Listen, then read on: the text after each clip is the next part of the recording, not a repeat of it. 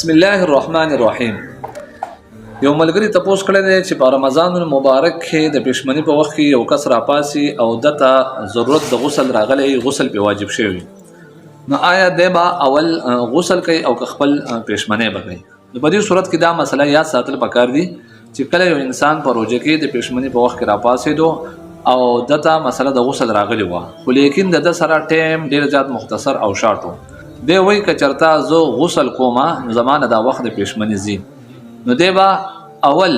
خپل پښمنۍ وکي، دا غي نو ورسته بده غسل وکي.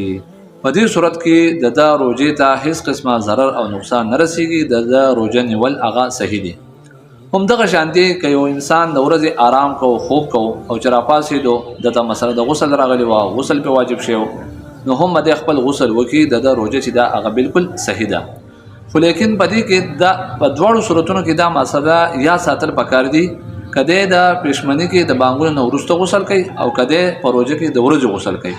نو دی به دا مزمزه او استنشاق دا بنه کوي. مزمزه او استنشاق مطلب دا دی چې دی به غرغره او پوزه تر وهل دا په غسل کې نه کوي،